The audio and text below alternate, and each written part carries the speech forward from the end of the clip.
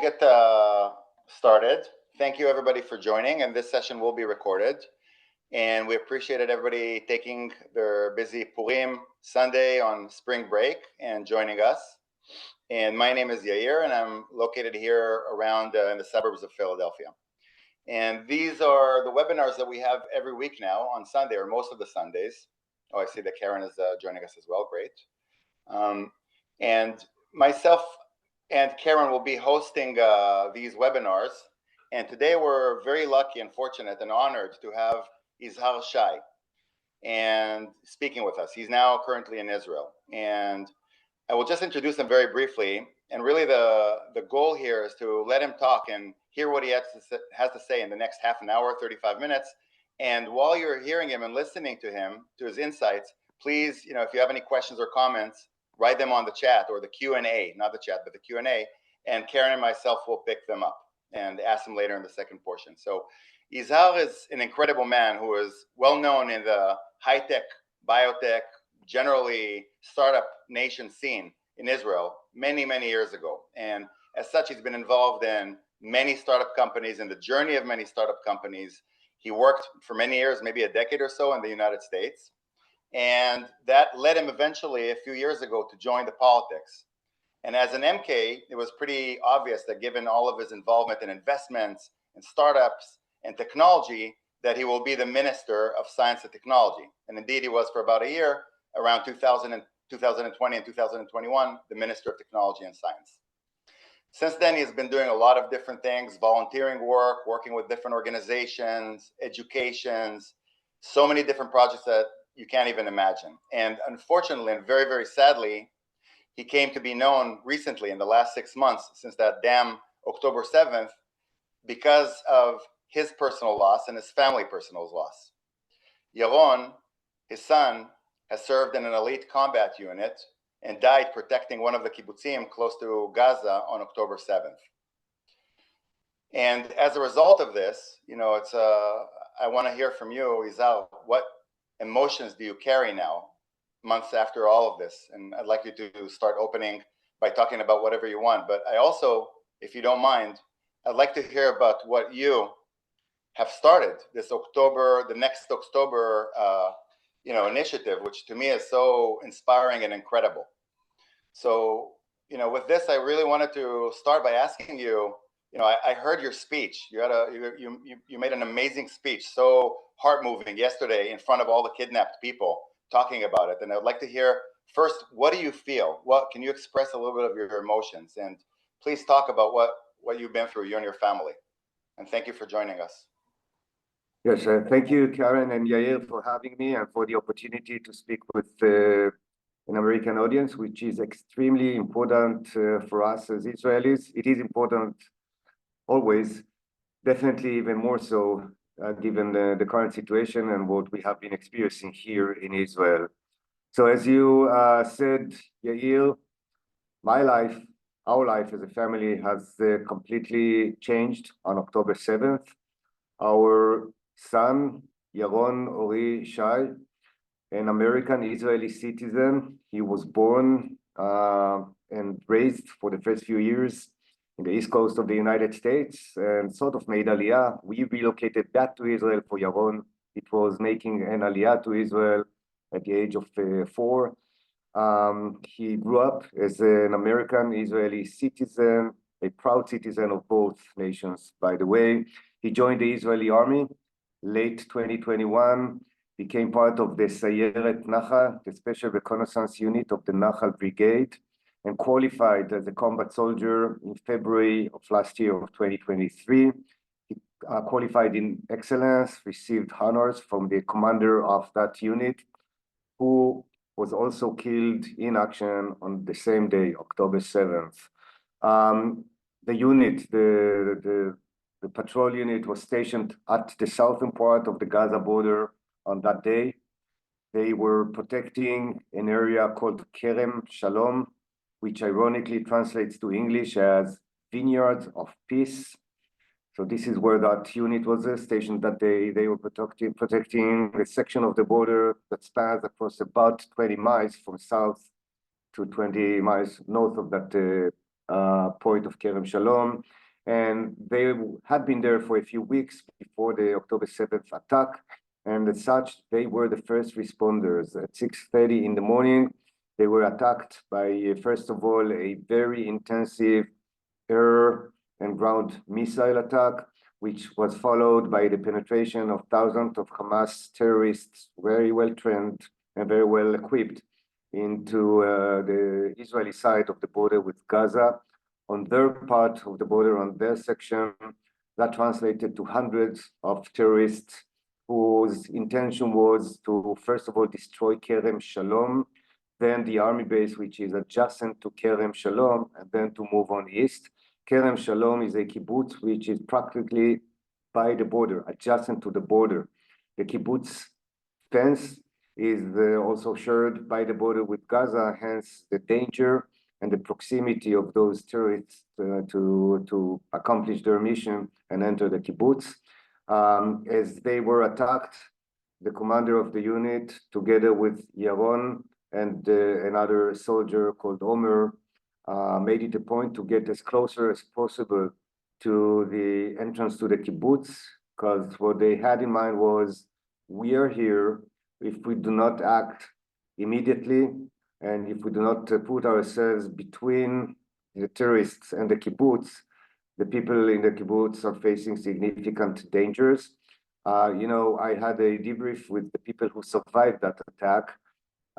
They did not know the magnitude of that attack. They did not know what was going in other sections of the border, and they didn't even have in mind what those atrocious commands were for the Hamas savages who entered Israel. Today we know that each commander for each kibbutz had a mission to torture, to burn, to rape, to destroy, to do whatever they can to make the worst damage possible that any human being can conceive.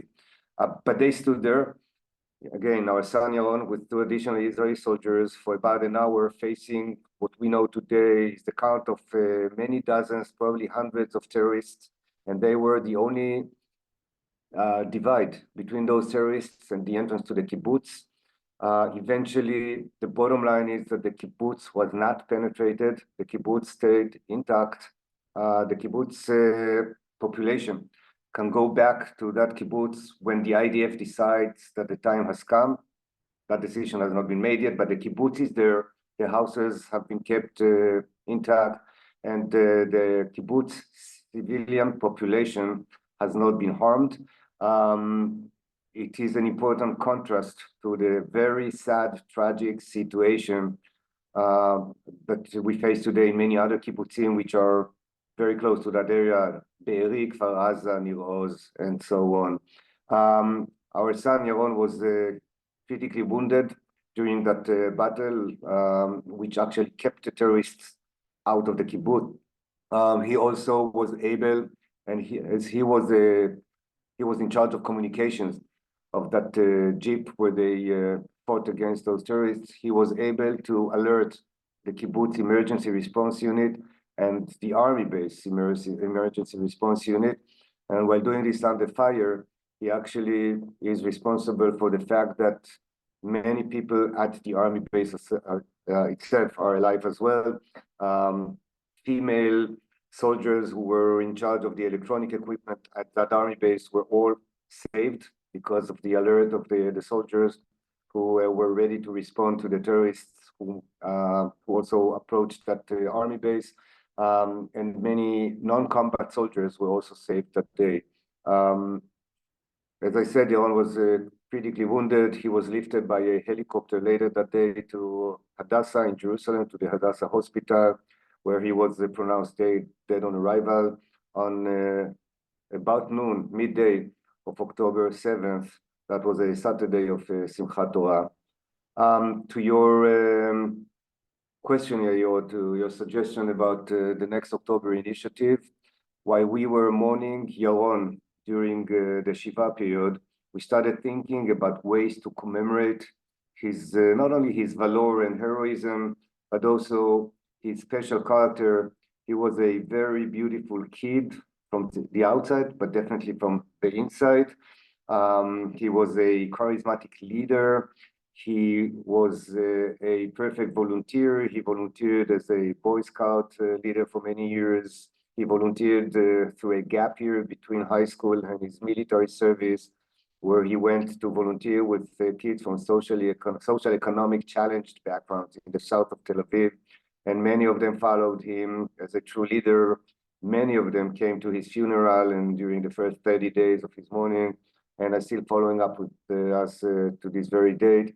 And as a soldier, he was very much appreciated by his peers. He was honored time and time again as an excellent friend and supporter and a peer. Yaron was also very passionate, a very passionate sports fan, both, by the way, for US and Israeli sports. In the US, he focused mainly on football and NBA basketball, and in Israel, it was basketball and soccer.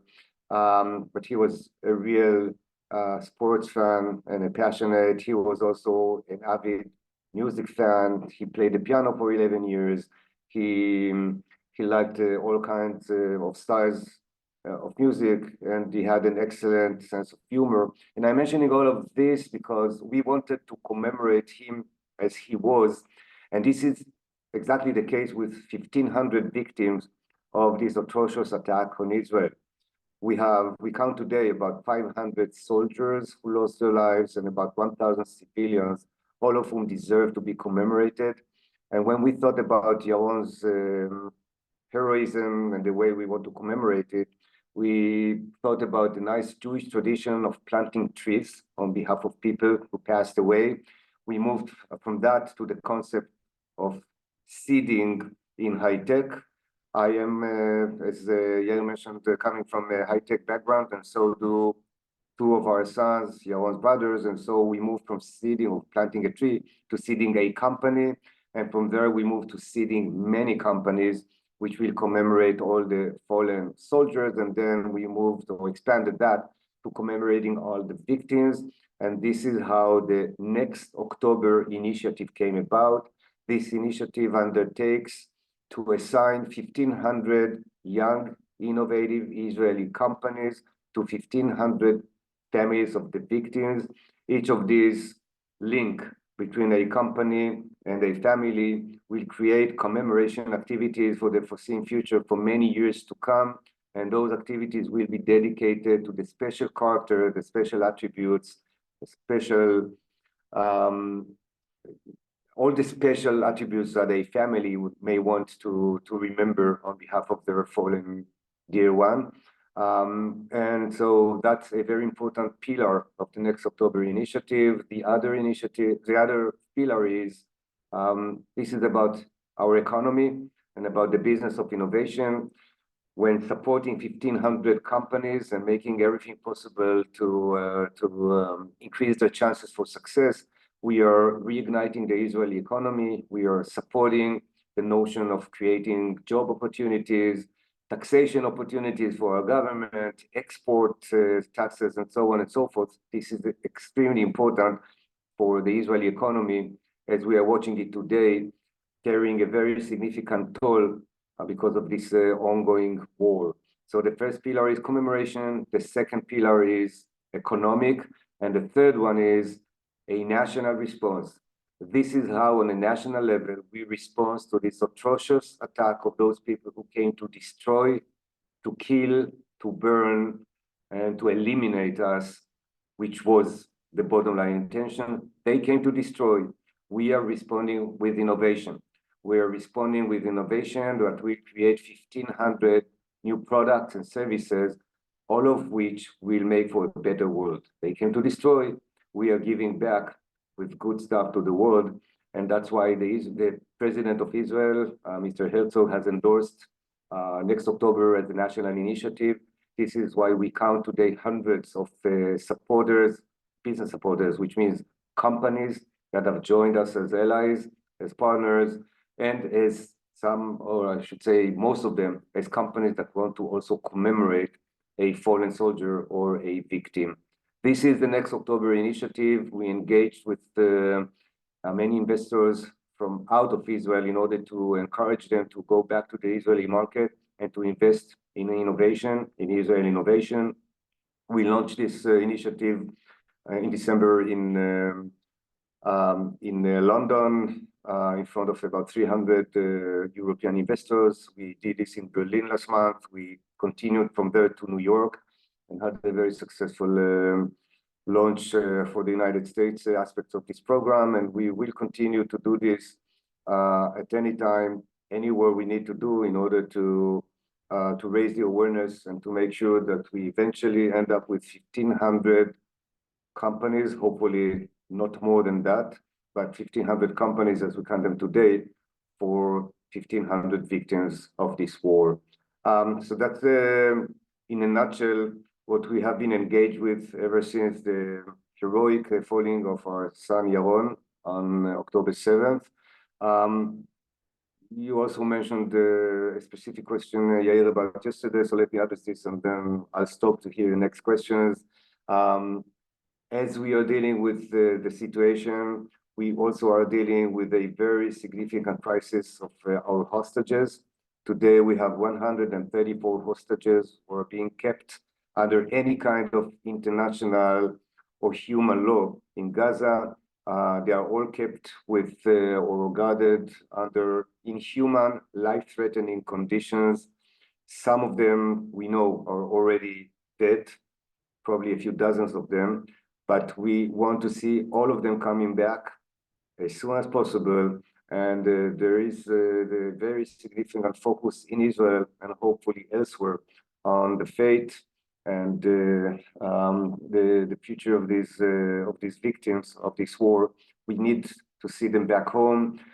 We had a discussion, a very emotional discussion at our family for a few weeks now about the moral question as to what would we be willing to do in order to bring the hostages back to Israel. And as the national discussion here heated up, and our government is facing, as we speak, very significant decisions to make, we decided to go out with a public statement last week, which said, we are highly motivated to see the savages who killed our son being brought to justice. If they were brought to justice in the US, they would have probably been brought to capital punishment. And as it is the custom in the US, families are invited to watch the execution of murderers of their loved ones. Yaron was an American citizen, as I mentioned. There is a criminal FBI investigation specifically on his case. We met with FBI investigators in New York a couple of weeks ago. We are hopeful, and we actually have a lot of trust in what the FBI committed to do to reach out and get hold of each of the people who are responsible, not only for Yaron's death, but also for any other American citizen. By the way, there are a few dozens of American citizens, some of them soldiers, the other are civilians, all of whom lost their lives during this attack.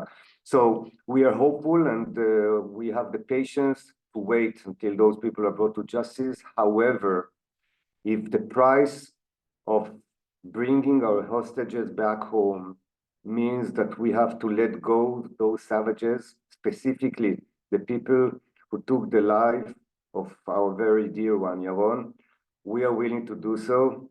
We are willing as a family to back our government moral and very significant decision to release what we call here in Israel murderers with blood on their hands. There is a specific status for the most criminal, the most cruel savages, and we call them criminals with blood on their hands. If our government needs to release them, and specifically the people who are, I wouldn't call them people, those inhuman beings who took the life of our son, if we have to release them in order to get our people back home, as a family, we are giving the full authority and support to that kind of a decision by our cabinet of war and by our prime minister. We went public with this announcement last week. It received a very significant attention in the Israeli public. And I know that it also has attracted and achieved the appropriate attention within our cabinet, government, and other arms of the Israeli administration. And yesterday I had an opportunity. We have a weekly public demonstration of support for the hostages every Saturday evening when the Sabbath goes out and the evening comes in Tel Aviv. Thousands of people gather in order to express solidarity with the families of the hostages and to request and demand that they are being brought back home. I had an opportunity yesterday to speak to the crowd and repeat this statement, which was for me quite emotional, but it was important to do it. And it was received, I hope, with the right level of attention from our government. So that's my short speech or introduction for this evening in Israel and your afternoon. So I wanted to tell you that first of all, it's it's really hard to hear what you have to say. I mean, there's so much pain that goes from my heart to your heart and to your family's heart. So I just wanted to say that it's I have no words. But I also wanted to say that, just hearing what you're saying, and I heard your 8-minute speech or so from yesterday from the Kikar HaChatufim, where all the kidnapped were, was, it's so emotional and powerful. And just, I have to say that listening to you and following you in the last few months, I think that it's really an amazing, you and your family are incredible. You are really inspiring because I don't know, I've never been to this situation before, and I don't know how I would have processed it. But the way that you're coming with a message of light, with all this personal tragedy, and looking to commemorate people like Yaron, like your son, and also bringing light out of all of this, restore and rebuild Israel, is just something that is, really, I admire you and your family for all of this, the journey of the last few months. And thank you very much for this. Yeah, just a quick comment to this, because we are being asked about this, type of attitude. I want to emphasize that, as I believe is the case with any other family who lost their dear ones, we do suffer significant pains and we do face significant challenges as to how to overcome this terrible loss. And one of the most significant decisions we have to make every day is the very significant decision of just, getting out of your bed and doing something that is more than just lamenting and mourning. But what we told ourselves, and we keep reminding ourselves time and time again, Yaron was a hero.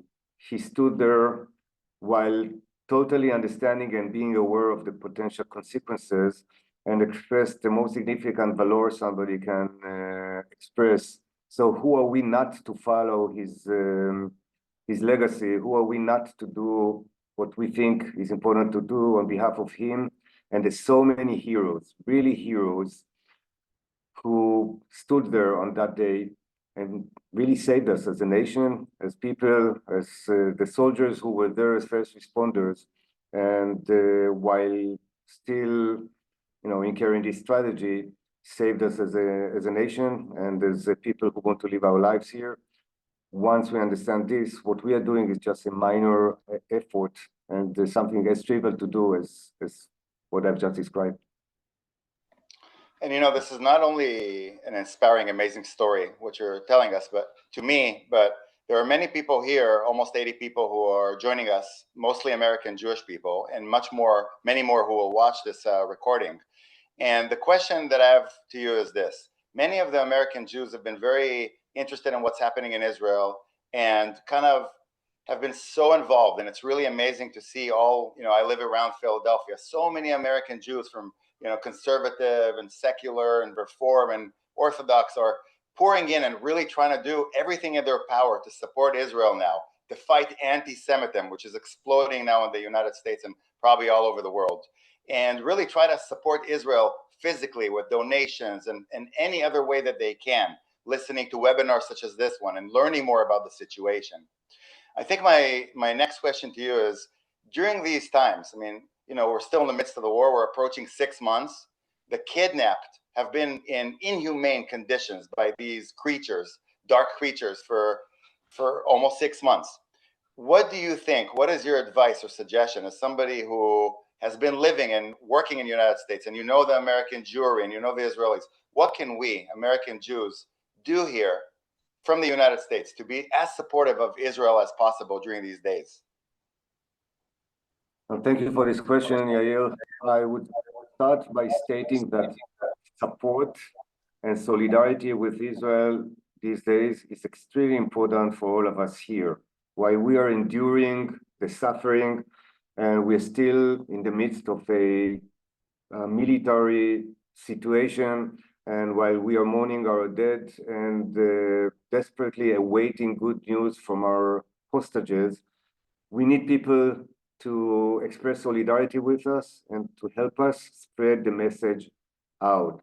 So those of you who have donated, who have visited in Israel, who have done anything of the likes, the highest appreciation goes out to all of you, and really thank you from the bottom of my heart, and I'm confident that from the bottom of any other Israeli citizen's heart.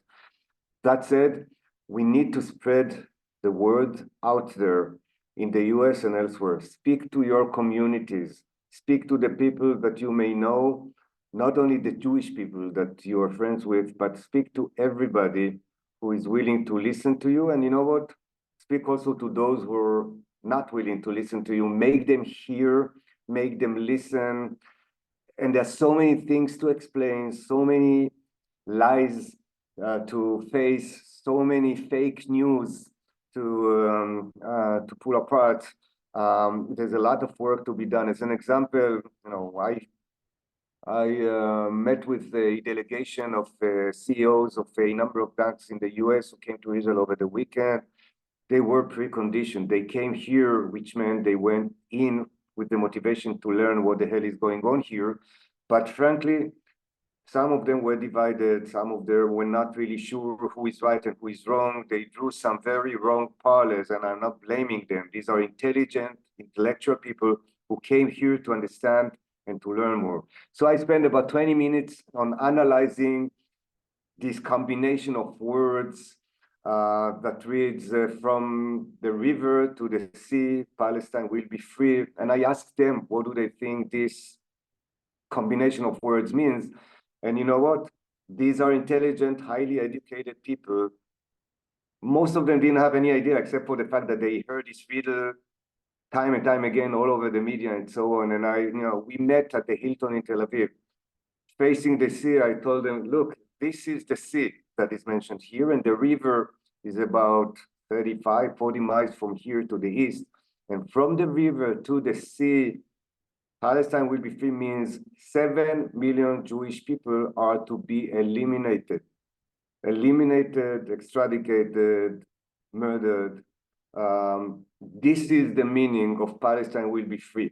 Those stupid, ignorant young students who are shouting this riddle everywhere, they are either Nazi fascists who support some sort of a racial radical doctrine, which then they have to be called out for that belief, or they're just ignorant, stupid, anti-Semites or others, or they just have no idea what they're talking to. But let them face the meaning of this riddle. It is documented. It's not something that we are inventing. This is the meaning of this riddle. They want to take those 7 million Jews who have not been murdered during the Holocaust and terminate whatever Hitler didn't finish when he was there. People should be called out, for this exclamation of support. I was in London during one of these Next October conferences. We were speaking innovation and bringing good stuff to the world. The people outside who were young, UK-born, non-Islamic, most of them, UK-born, 20 to 25 years old students shouting this stupid riddle. And I was wondering to myself, do they really want to murder, to eliminate a 7 million people population, or do they have no clue as to what they're doing? But this is just an example of of stuff that has to be pronounced loudly, has to be communicated loudly everywhere. And you have social networks. Each of you has or have their own speaker magnifier in their hand. Talk to your people, talk to your communities, talk about the mishandling of those parallel statements between what we are doing to the Palestinians and what the Hamas has been doing to us. And there's so many fake lies associated with these parallels. First of all, we're not going against the Palestinian people. We are going against Hamas, which is a radical Nazi-based regime that is killing its own people, is discriminating people based on their sexual inclinations, based on their political views, based on anything. This is a very cruel, non-democratic, fascist movement. This is not Palestinians. This is an organization that equals ISIS that has to be eliminated. So there goes one parallel. What they are doing to us is against the international law by any kind of aspects. All Hamas prisoners, all Hamas terrorists who have been caught during this war and are kept in Israel are allowed to be visited by the Red Cross, because we are a nation that respects human rights and we are a nation that respects the international law. The Israeli hostages, including a 1-year-old baby who celebrated his birthday in captivity. This young guy, this young boy, this young innocent baby was not allowed ever to be visited by the Red Cross. Frankly, we are very concerned about the likelihood of his being alive at all. And speak about the other girls and the other elderly and the young people and the old ones. And yes, also those soldiers that are being kept in inhumane conditions, under life-threatening conditions. There is no parallel here. This is a savage, brutal, criminal Nazi organization that has to be eliminated from earth. And this is a nation of the Jewish people that is protecting its own people, pretty much the same as the United States would protect New York or Texas or any other location within the United States borders that would be under this savages attack. And there are so many other parallels that have to be totally disconnected and have to be addressed. I'm suggesting that any of you who has the courage, motivation, and ability to influence the people around you, start with 2 people, go to 20, go to 200, go to millions. Unfortunately, this is what the Palestinian propaganda has been doing for many years, very successfully, and we have to improve very much on that front.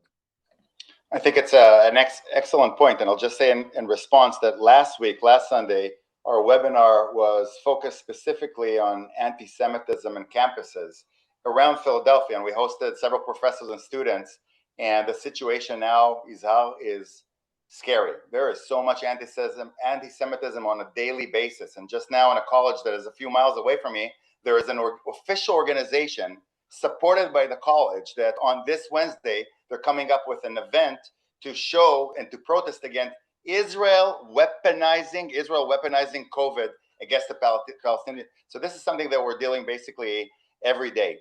And I wanted to ask you, there's 2 more questions that I have, and kind of broad questions, and then I'm going to pass it along to Karen to start asking questions and make her comments as well. So the first question is kind of more of an easier one, the second one more challenging. You have been living the high-tech startup companies for most of your adult life. And I'm a physician by training, but I deal with startup companies as well, and I have a lot of connections. And I'm hearing more and more in the last year, certainly in the last 5 months, concerns that investors from the United States, from elsewhere, are diminishing their investments significantly in the startup because of all the judicial overhaul, the situation, the politics, etc. Is it something that you're concerned about to materialize your dream of adding 1,500 additional startup companies, whereas at least, it seems like the investments are really going down? Yes, it's a good point, Yair. We are actually talking to the international community of investors, because traditionally the Israeli high-tech has been funded by investors from outside of Israel. More than 90%, 90% of the investments into the Israeli high-tech over the last 30 years have come from the outside, most of them from US-based investors, by the way. So there is a critical need for us to regain the confidence of international investors in what happens here. And this is a exactly the reason why we went to Berlin and to London and to New York, and we are going to be back in New York again on May 2nd. Please do stay tuned for next October announcement for a very significant conference on the 2nd day of May in New York. We have secured the keynote of the governor of the Bank of Israel, Professor Amir Yaron, and this is exactly the reason we want to regain confidence. We are talking to investors, and he is one of the most significant, most well-known experts in the area of economic investments and as they relate also to the business of innovation. I can tell you this, Yair, we feel that the discussion is heating up on the positive axis. Just as an anecdotal example, Hamilton Lane is one of the biggest gatekeepers in the world, gatekeeper in the sense of they give advice to institutional investors as to where to invest their funds. Their clients are private equity firms, the largest pension funds, the institutional investors of the world. Many of them put their trust in Hamilton Lane. The CEO of Hamilton Lane was in Israel just a week after October 7th. His name is Juan Delgado. He's the new CEO. He came from Singapore and did his rounds in Israel. And then I met with him and he said, well, the geopolitical issues you are going to take care of. That's how he calls the situation, which is totally fine. This is an international investor who doesn't live in Israel, whose task is to make profits for his investors. And he sees this as a geopolitical issue that we are going to take care of. And he is right, we are going to take care of it.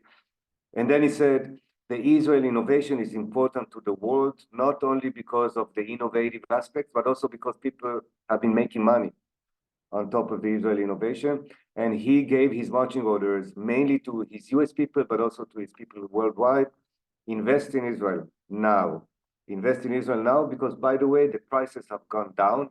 You can get good properties, good investments, good IP properties within reasonable price ranges. And that's why he calls on his people to invest in Israel or to promote investments in Israel now. He visited here again about a month ago, and I went with him together to President Herzog, who greeted him, thanked him, and discussed business with him. And by the way, Hamilton Lane will be managing about $1 billion. Sorry, 1,000 billion, $1 trillion this year, close to $1 trillion this year. And we want a significant part of this to be routed to Israel. And that's an example. We're speaking to many other international investors. The confidence level is rising up, but this is a significant challenge. We have no other choice. We have to reignite the economy, and that's the way to do this. That's, it's actually a positive and inspiring message. My last question is a difficult one, and then I'd like to ask Karen to make her comments and ask a couple of questions, and we'll open it to the floor. So it's, the speech that you gave yesterday about the kidnapped people, you basically mentioned to the government, to Bibi and the government, that you will support them with efforts, for example, in agreeing to release these despicable murderers. But it's also known, it's no secret, that you are critical of the current government. And I'm critical of the current government as well. And I've been so for a while for a variety of reasons, including Bibi Netanyahu, including also the very fundamentalist Jewish, at least a portion of the government that are extremely extreme. And what do you feel that your role is nowadays, that you want to focus on the kidnapped on one end and support the government in any way that you can, but also I don't think that it doesn't seem like this government is your dream government, and you think that there could be a better alternative or option. So what are your thoughts about this? So you pointed at the right conflict that we are having a heated discussion around here in Israel. So on the one hand, we are a democracy where it is totally acceptable and a common practice to criticize the government and to discuss all kinds of angles of disagreement with the government. On the other hand, we need to support our government in terms of facing the enemy, in terms of running military operations and whatnot. I'm a formal opponent of this government and the prime minister who is running it for so many years. despite the fact that I was part of his coalition government, being part of the Gantz party a number of years back. I'm still a political opponent. I do have a very significant level of criticism on Netanyahu, and specifically on Netanyahu's activities and attitude as they relate to the October 7th tragedy. I hold Netanyahu accountable for everything that happened in Israel before, during, and after October 7th. And I am still hopeful that the day will come where he will stand in front of live cameras, live press broadcasts and whatnot, and we say, I'm responsible, I take responsibility, I hold myself responsible. Everything that happened in Israel that led to October 7th was under my charge, and hence my resignation. I believe that this would or should have been like an automatic decision of any democratic leader in any such situation. I am extremely disappointed that Netanyahu has not taken formal responsibility for what happened here. By the way, responsibility doesn't mean that he has to go to jail or he has to be held accountable for all the mishandling of everything that happened here. But he's definitely the chief, and he was here for so many years. He should be held responsible. He should be held accountable, and that's why I'm disappointed in him. I also feel that his handling of the situation is too much affected by his political concerns and less so than what is the common need and the common interests of the Israeli people. He's way too concerned with the future of his government, with the future of his coalition, and hence he's also subject to all kind of extortion, political extortion efforts from his right-wing allies, which I believe is not productive and definitely not helpful in creating an international coalition around us, which is something that we in Israel need badly. It is not helpful in terms of achieving a positive mindset within our allies and the public opinion of the people of our allies. This is something that we have totally missed and mismanaged over many years and are suffering from right now. I think that Bibi Netanyahu has lost the confidence of the free world, and as such is presenting significant challenges to our government and to us as people who are facing this very significant situation. Having said all of this, we are still a democracy. He needs to be replaced either by resigning, which is the preferred route. This is what he should have done, leading by example and just resigning, or by elections. There is a growing level of motivation in Israel to push the government to disassemble itself and go to elections. I hope to see this happening sooner than later. Thank you, Izhar. I'd like to introduce a very close friend of mine who lives in the area, and we've been working for a long time together. Keren, she is American. She is American Jewish, but she's also Israeli. It's amazing to hear her speaking both languages, but for the purposes of this talk, she'll speak in English. So Keren, why don't you, go ahead and make any comments that you have or ask Izhar any questions before we open it to the crowd. So I do have a few questions from the crowd.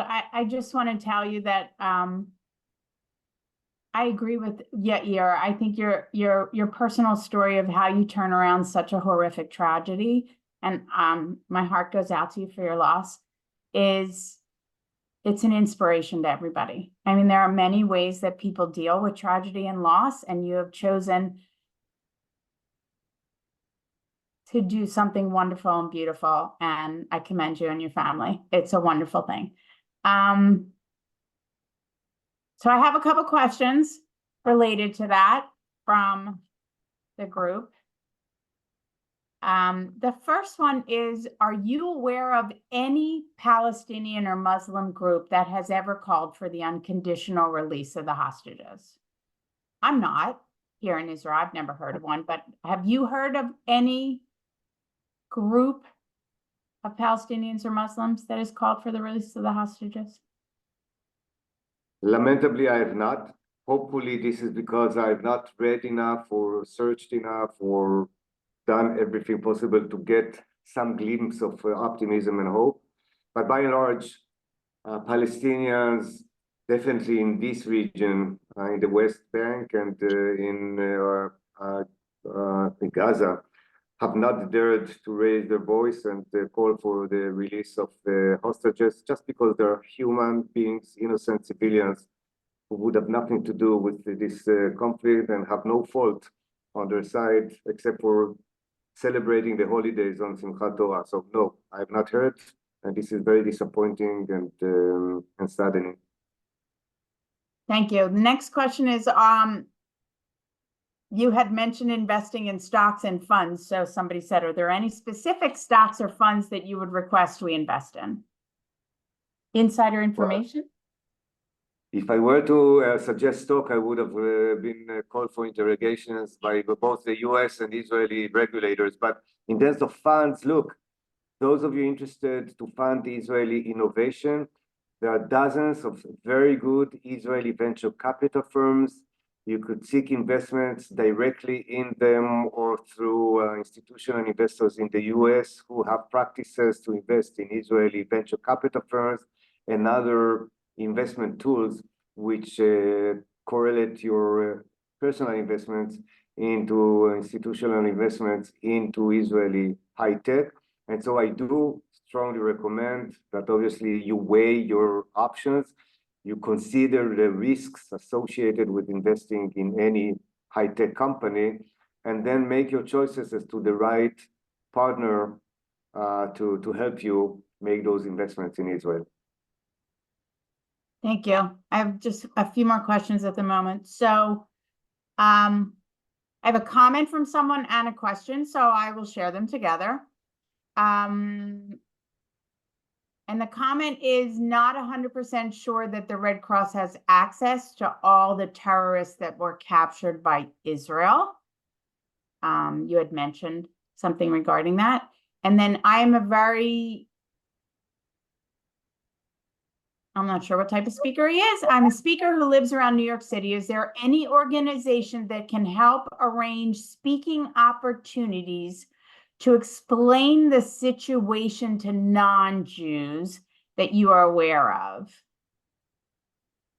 To address the first one, I am 100% confident that Israel 100% abides by the international laws as they deal with the captivity of criminals who are savages, war criminals, but are still given the rights of human beings as it is, or as they are dictated by the international law and by any other law that relates to how you keep people who are murderers, who tortured and beheaded young babies, who raped and burned alive young women.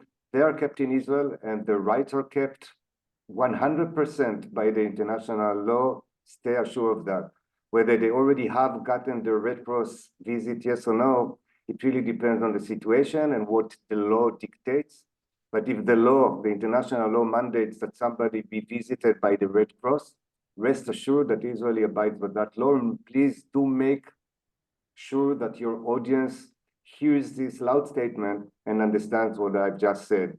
As far as explaining this through organizations, I am aware of all kinds of organizations that arrange speaking opportunities. What I would suggest, though, is I'm assuming that we are speaking with, so to speak, regular people on this call. Each one of you is an organization by him or herself. Please regard yourself as influencers. Please talk to people, either by using your Facebook personality or by tweeting or by just going into breakfast meeting or social events or whatnot. Dare to speak. And the one thing that I do recommend that you make your audience listen to and understand, this is not a Jewish problem. Jewish kids at colleges being frightened or threatened is not a Jewish issue. This is a national American issue. If a minority in the United States is threatened, this is not about us. This is about you, America, and what is that you are doing as a nation, as the leader of the free world, of the liberal free world. What is that you are doing, America, and what is that your audience is doing as American citizens to eliminate this shameful situation from the earth? By the way, just to give you a nice example, as I mentioned, we had a conference in Berlin, and this lady comes up to stage, and she's the keynote speaker, and it turns out that she's in charge of about 35,000 businesses in the area of Berlin, and she carries a very big Star of David, Magen David, on her chest, and the Star of David looks very nice and very apparent, and you cannot avoid it. And she speaks for a few minutes, and then she said, "Some of you might have thought that I'm Jewish. I'm not. I'm a Christian German, but I'm wearing this Star of David as from October 8th. From the moment I noticed that my Jewish friends, employees, business partners are threatened, I made it a point to wear a Star of David, because this will not happen in Germany. This is not a Jewish issue. This is a German issue. Nobody will dare to threaten Jews in Germany." I would translate this to American terminology. Nobody in the US should ever feel threatened because of being Muslim, because of being Indian, or because of being Jewish. And the fact that Jewish kids in colleges are threatened is a national threat to the American Constitution, not less than this. I agree with you. Just a reminder for everybody that, as always, this webinar will last for 15 minutes after the hour. So we have about 20 more minutes left to answer some of your questions. I'm going to take the next question, which is a long one, but I'll condense it to just a couple of sentences. It's basically a question about, are you, Izhar, optimistic?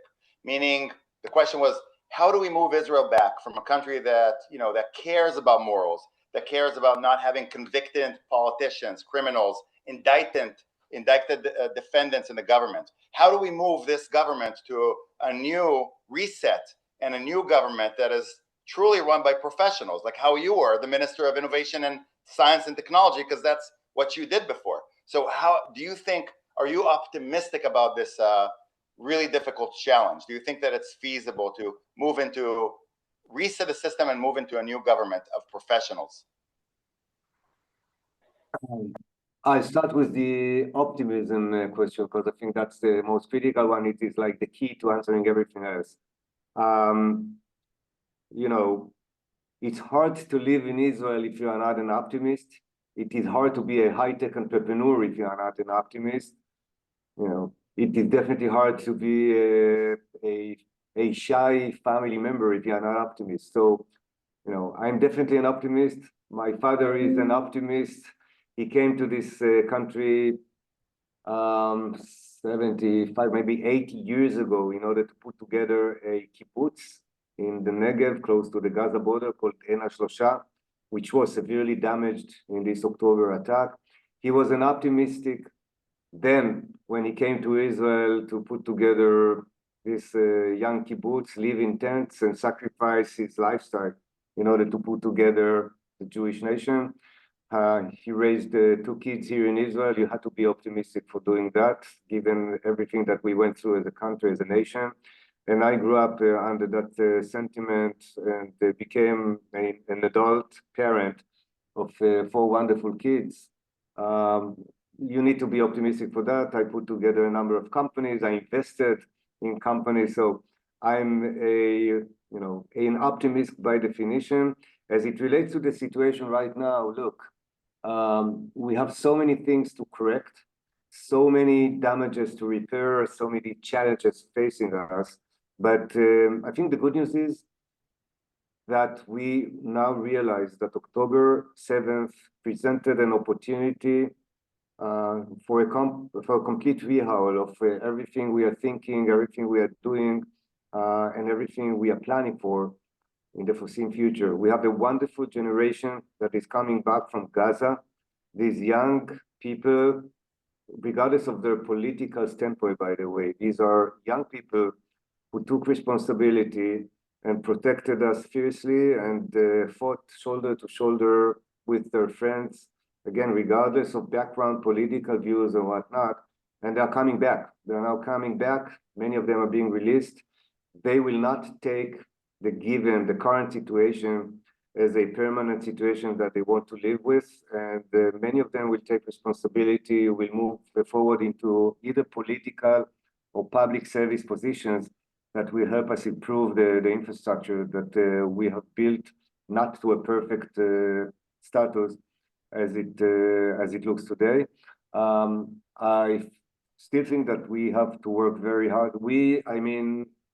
The liberal side of the political map in Israel, we have to live through a very significant divide. We have to kind of repair so many wounds and so many damages that have been created. And by the way, as I'm wholeheartedly democratic, I do appreciate the political views which oppose mine. I am willing to listen, and I'm willing to build as many bridges as needed in order to create some sort of unity and some sort of a mutual interest and a mutual future. And I believe also that everything that I've just said is becoming more and more common understanding and common feeling shared by so many people from various sides of the political map here. And that's why I'm still optimistic. Thank you. We have another person that wrote, your story is an inspiration. My husband and I will travel to Israel in 2 weeks for the first time. We too are curious. So Kim, have a wonderful trip. It's an amazing experience. We too are curious how to support your initiative. Are these startups all new or existing ones? Thank you for an excellent question. So first of all, those of you interested, please do go to www.nextoctober. Next October is one word, .org, O-R-G, www.nextoctober.org. There is an application form which we are insisting that people fill up just because it indicates some level of commitment and serious desire to help. Most of the people who fill up that form, and we have by now probably close to 1,000 forms filled, about 600 of them already sorted through. Most of them indicate how do people want to support. For example, companies want to endorse one of the victims. So they say what kind of business they are in, who are the victims that they would like to support. Some of them have a name because they know somebody who was killed, murdered, but many of them just offer their services, mentorship, and all kinds of other programs. Law firms that offer services for a very much reduced price or for free in order to help startups grow and so on. Some of them offer investment. So that's one aspect of this. The other aspect is we have a section for donation. Everything has been funded so far by the Shay family. This is not investment in companies. This is just in order to fund a platform that today employs about 15 people, most of them volunteers, by the way, but 15 people that are working around the clock to filter, to create, to establish, to do all kinds of things that relate to a national activity that will eventually create long-term, very significant commemoration activities for 1,500 victims, and will also create the job opportunities and everything else we mentioned. So those of you who want, we appreciate very much donations as well. We are acting as an NGO. The startups themselves will be profitable. We maintain that it has to be a business decision to invest in a startup, not a donation. If you invest in a startup company, it has to qualify as an excellent investment opportunity. And obviously, all the connections we are making between investors and companies are for free. We do not take any charge. We do not take any commission, no profit whatsoever. Our profit, let me tell you this, will be, and I'll illustrate this because it is an important illustration. When companies go public, there is a festive, very nice activity where they go to ring the bell on the NASDAQ. So when an Israeli company goes to ring a bell on the NASDAQ, and by the way, we are the second producer of NASDAQ-traded companies in the world outside of the US. So when that day happens, the CEO of the company goes with some of her board members and some of their VPs and whatnot, and they ring the bell. This is transmitted live on the financial commercial channels in the US, and they are also featured live on Times Square on the big NASDAQ building. Those of you who have seen this, it's a wonderful experience. You walk out of the building and you see your picture live with thousands of people cheering up and whatnot. Our victory will be when this CEO of an Israeli startup takes her company public. She rings the bell, and outside of the NASDAQ building, thousands of people on Times Square will watch the picture of an Israeli baby that was murdered that day on October 7th, because the CEO will carry that picture with her when she goes public. Or the picture of a fallen soldier who bravely saved the hundreds of civilians, the lives of hundreds of civilians. His picture will be on the big building of the NASDAQ on Times Square. This will be our victory, and this is what we are aiming at. The whole world should remember those people who lost their lives because of the terrible attack on Israel, on the Jewish people, and on humanity. Thank you, Izhar. I actually have a question that I think ties into that in a way, what you just said, that this will be our victory. I am wondering how you might answer a question that I have been asked and don't really know the answer to. If Israel were to agree to any Hamas demands to secure the release of the hostages, wouldn't it amount to a surrender?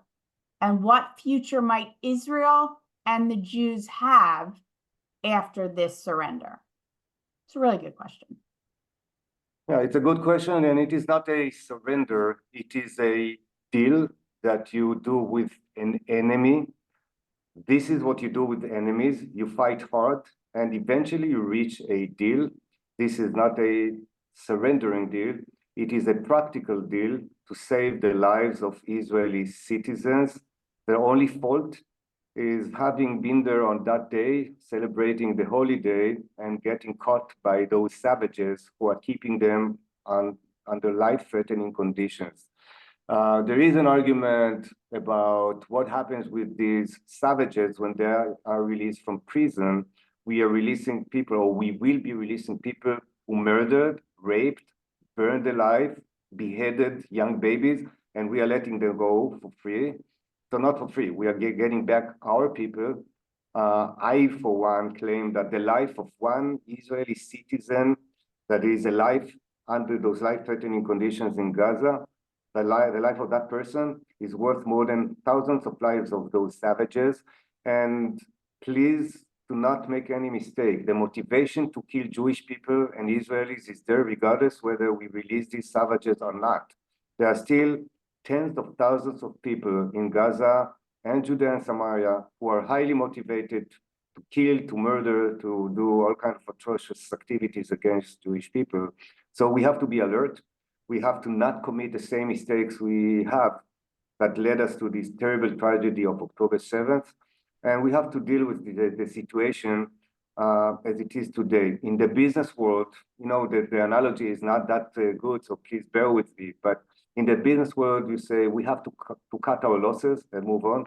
This is the case here.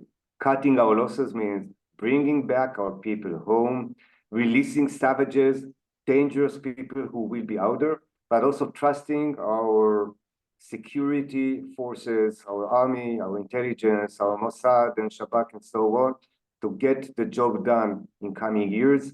Most of these people who will be released will not survive to see their grandchildren, just because they will be engaged again in all kind of terrorism, all kind of anti-Semitism, in all kind of atrocious activities, which will eventually lead to their elimination, and rightfully so. I have a follow-up question to this, Izhar, which is something that people are texting me individually and also on this group. But more importantly, we've been very involved in discussions around Philadelphia and with different people in the community. And this goes back to the same question. It's not a regular enemy.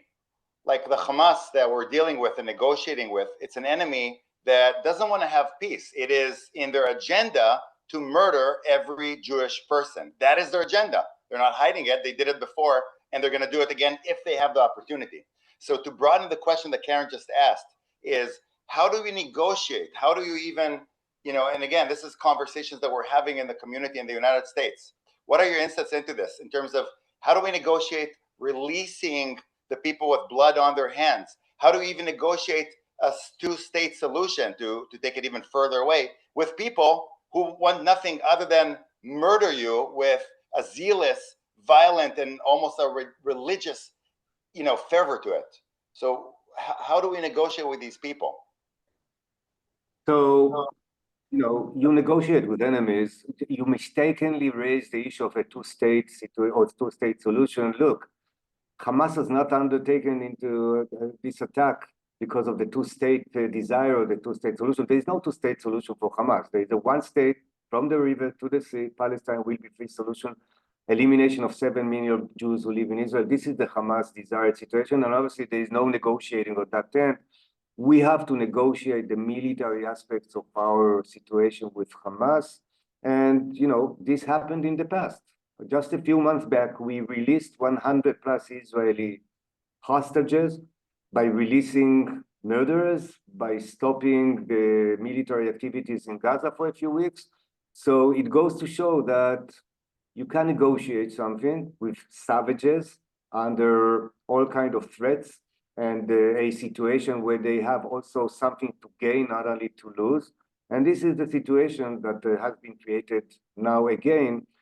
They have lots to lose and a lot to gain in many aspects by agreeing to releasing those hostages. It is not a done deal yet, so I don't know that there is a deal to be done, but the deal will be ugly, will be very difficult to agree to, and will be the only deal that we are able to achieve if we are to get our people back.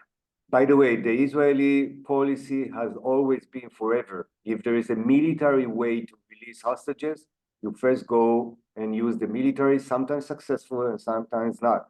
In the Entebbe situation in 1976, we had more than 100 hostages held by Palestinians in Nairobi, in Entebbe. And we went out and we put hundreds of Israeli soldiers under danger, but we knew that we had a good chance to get them back, and it was a heroic operation, and they were brought back to Israel, most of them, the vast majority of them alive. We paid a high toll. We lost Yoni Netanyahu.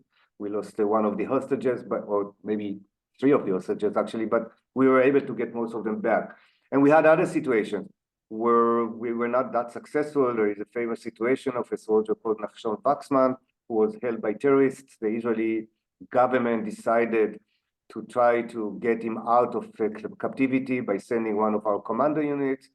The end result of that operation was that the hostage was murdered and the commander of the military operation was killed as well. So you are not always successful, but if there is a reasonable chance, you try to do it. In this situation over here, we have 134 hostages being kept in situations that everybody understands that it is very hard to release or to even hope to release all of them together. And this is why we have to negotiate with savages. These are not enemies. These are inhuman savages who did the kind of atrocities that I described, and there's no point in repeating again. We have to reach an agreement with them. There is no reason to negotiate any two-state situation with them. They don't care. It's not even brought up in the discussions. It's not like they're trying to achieve any political achievement.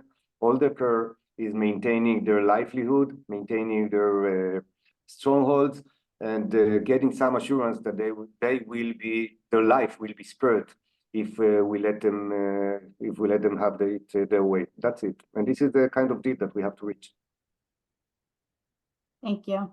I'm just going to try to summarize, and I have one comment that I just have to read out loud to you because it's a lovely comment. So, according to the recently published the World Happiness Report, Israel is the 5th happiest country in the world, right after the Scandinavian countries. The United States, in comparison, is number 23. Your optimism speaks to this amazing news. So it's not a question, just a comment. Israelis are truly amazing. So I thought I had to read that one for you. And then I have a comment about your startup. A gentleman named Al Kinnell says that he has offered to serve as a mentor for free for 1 to 3 startups. He also has doctors that are informaticists willing to help with work required by startups, please reach out to. He has his email in here, and that they are listed as a partner on your website. He also has a suggestion that if you're willing, Izhar, reach out to Yair with a electronic list of the points that you made about sharing perspective, refuting lies, and represents the best interests of Israel. I will tell everybody on this webinar that it is super important, if you want to engage with people that are asking questions, that you do your homework and you make sure that you are aware of the facts and the information, so you're actually prepared to answer those questions. And maybe Izhar can share kind of like a fact sheet with us or a bullet sheet about stuff like that, if you're willing. That was the ask. So thank you very much. Was it Al, the Yeah, person you mentioned? yeah. So, Al, thank you very much. I highly appreciate your suggestions, your volunteering, and your spirit. And this is very important for me, and I'm sure that for everybody else who would have heard your comments here. So thank you for offering. If Yair or Ken, if any of you can send me information as to how to reach out to Al, I'm really thankful. I texted you his message, including his email. And, you know, if other people want to do the same thing or have other leads or suggestions or want to get involved in next October, that would be great. You can contact me. You all have my cell phone or email. I think it's 2:15, and we will conclude this session. I wanted to thank again Izhar for coming and for sharing with you these deeply emotional and powerful thoughts and emotions that you had. I mean, it's really from my heart. You touched my heart, and it's really amazing and inspiring for everybody. Everybody should hear this speech and what you have to say, whether they're Jews or not. It's unbelievable how you and your family have been able to take this personal tragedy, and as you're working it up emotionally, to create something so tangible and so positive. And you know, I will never forget what you're doing, and I want to keep in touch with you and to help in any way that I can. And I'm sure that all the people here who are listening and who will listen in the future to this talk will do the same. So I wanted to thank also Karen. I just wanted to add one last statement, which will be very short. So first of all, thank you very much for this opportunity, Karen and Yair. Thank you for the excellent questions, and thank you, the audience, for raising those various points. I want to go back to the question of optimism. Please do remember our national hymn, and I'm not going to sing because I'm not that a good singer, but I just want to remind all of us a couple of lines from our hymn that read, "Od lo avda tikvatenu, hatikva bat shnot alpayim." We are never going to give up our hope. We are always going to be optimistic and hopeful and resilient.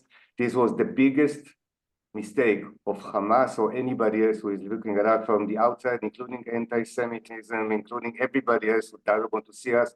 Od lo avda tikvatenu. We are here to stay forever.